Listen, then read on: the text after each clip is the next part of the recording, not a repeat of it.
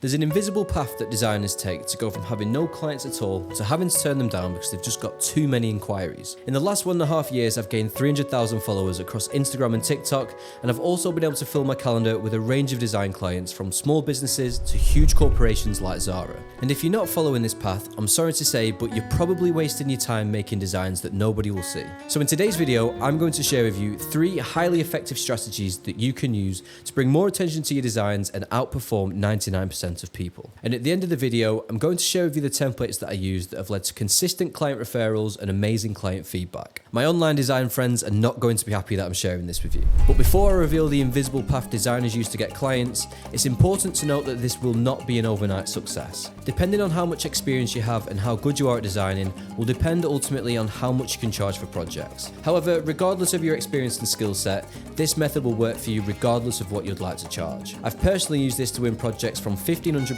all the way up to 10k. This is proven to work with consistency, and if you're not willing to be consistent over 2 to 3 months, then this video is unfortunately not for you. Passion projects. 15 months ago, when I had no followers, no clients, and little experience, I thought it'd be a good idea to create some passion projects. What is a passion project? Passion projects are design projects that are completely made up. Yep, that's right, fake design projects. You see, there's 3 benefits to creating these fake projects. You can get experience designing logos, word marks, and building brand identities. You can build your skill sets as a designer by having creative freedom over a project, and you can also build a portfolio of projects targeting the types of clients you would like to attract. I started my content creation journey in March 2023, and by April, I already had my first brand identity client. Not to mention, a month later, I also stumbled across a huge project with the fashion giant Zara. Fast forward to today, and I've made 6 figures in 15 months, been able to quit my job as an accountant, and now I'm fortunately in a position where I can create videos like these and also build brands for clients on a regular basis. So what does a passion project consist of? The answer in short is everything a brand identity project would also consist of. The reason for this is because we're going to create content around every stage of the identity. You see, a passion project will take you a while to complete, like a real project. However, all of the videos we create off the back of it will directly contribute to getting that next client. If you're not so sure about the stages within a brand identity, let me quickly recap them for you. Stage 1 is onboarding.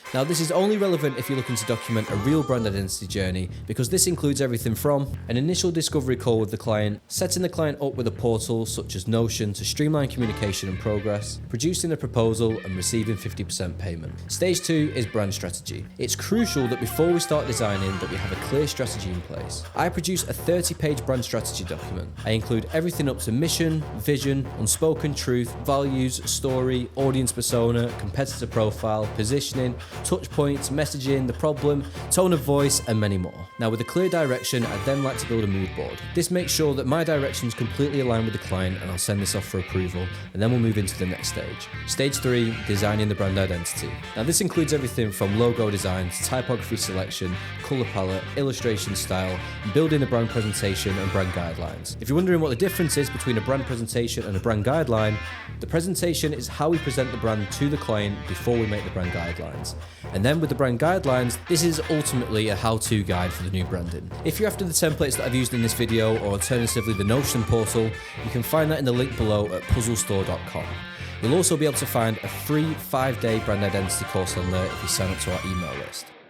Now, designing the passion project is just one piece of the pie. Have you ever watched a CJ Corley, Alan Peters, or Jack Chitty reel and been impressed with how they create the designs? A sign of a truly talented designer is not always recognised in the final piece. Instead, it's sometimes recognised by the process behind how they designed it. The goal of creating the content is to attract new clients, so the more content we create, the better. This is why creating passion projects is crucial. If you don't have the clientele to start with, how on earth are you going to attract new customers by showcasing your design skills? Before I started doing this, I would create a range of design posts, 3D posts, artwork blenders, illustrations, which all resulted in a lack of inquiries. However, now I know exactly what to post to attract clients. So let's break down what works and why it works so well. But before we do that, we should first understand how the algorithm works. You see, the algorithm works the same for every platform. It's as simple as how long a person watches your content and whether or not they engage with it.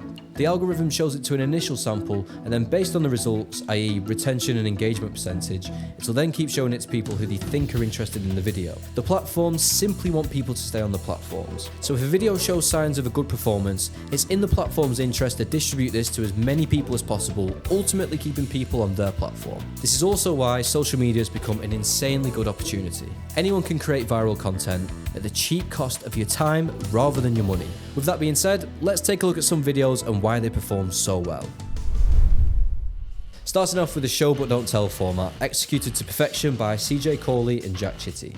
Now, if you've not seen these videos before, then you've probably been living under a rock because they've gone extremely viral in the past year. The format of these tends to start with a message for the user to digest. This can often start with a negative word like stop. The psychology behind this is that people are way more likely to watch something if they think they're about to either be proven wrong or might learn something. And what better way to do so than starting with something along the lines of stop designing this way. The rest of the video usually flows along the line of initially designing a brand or a logo, facing a problem, solving that problem. Similar to many storylines that you might be familiar with. So I thought I'd put this to the test and put my stealing like an artist cap on, and I tried the two videos with two different styles. One with the question, is your logo scalable? And another one with a negative start, which was stop creating boring word marks. And not to our surprise, the one with stop performed significantly better. The results for the video, which started with stop, got 3 times the views and 4 times the engagement. Now the next method on my list is the brand reveal. I've personally had a great success with these videos, and off the back of my open mouth video, which got I think about 50,000 views, I had about 4 to 5 different brand identity inquiries. The idea behind this is an engaging soundtrack, revealing parts of the identity, perfectly in sync with the beat. The reason this performs so well is because you're limiting what people can see from the start. This encourages them to watch all the way to the end. And it's a bonus if they engage for the song because, well, they might just simply like the song. The final video style I'm sharing with you today is a voiceover process of creating a logo or a brand. It's up to you whether or not you'd like to film yourself making the logo, but personally what I tend to do is upon completing the logo, I'll go back and create it in an engaging manner for the video. People like to see satisfying movements, bits of value of tools that they might be unfamiliar with, which ultimately you can't properly show when creating it from start to finish. So by going back and recreating it, I find I can make it much more satisfying, ultimately leading in more views. This doesn't only relate to logo design though, it also works well when showing what you present to clients too. For example, starting a video with, this is what I include in my 30-page brand strategy document will also work well. Now the reason why people stick around and watch this is because they're either a business looking for a strategy, or alternatively, it could be a brand designer looking to steal parts of your process. Every one of you who've made it this far into the video can and will get more clients in the next 2 to 3 months, if you take action today. The only limiting factor is you and your beliefs. Here are some common objections that might be flowing through your head right now. I don't think my niche is on Instagram or TikTok. Really? You don't think anyone out of millions of users are going to be interested in you and your designs? It doesn't matter if you're the best or the worst designer, somebody will be interested in your designs. I think those platforms are too saturated. Again, no they're not. Every year, every minute, every hour, people are constantly signing up to these platforms and constantly seeing success. Think of it like artists in music. Every year there's new artists emerging onto the scene, building communities and getting a bigger following. Out with the old, in with the new. You've got to remember that opportunity is everywhere. People keep signing up to these platforms which keep getting bigger every single day, and the creator fund is becoming larger and larger and larger each year. I don't have enough credibility, so nobody's going to want to see my designs. People think that building a community and becoming known within a niche requires you to be credible in the first place, when in reality, it's the other way around. You start off showcasing your design, being relatable to many people, and then you build your credibility over time. Completely eliminate these beliefs, start today, and take action. You have no idea what opportunities are around the corner.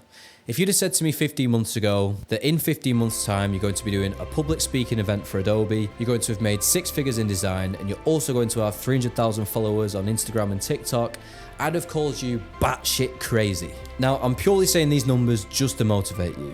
Start today and stay consistent, and I guarantee that within 2 to 3 months, if you constantly post and constantly evolve your content, you will be getting clients. Stick around and subscribe. I'll be posting many videos throughout this year.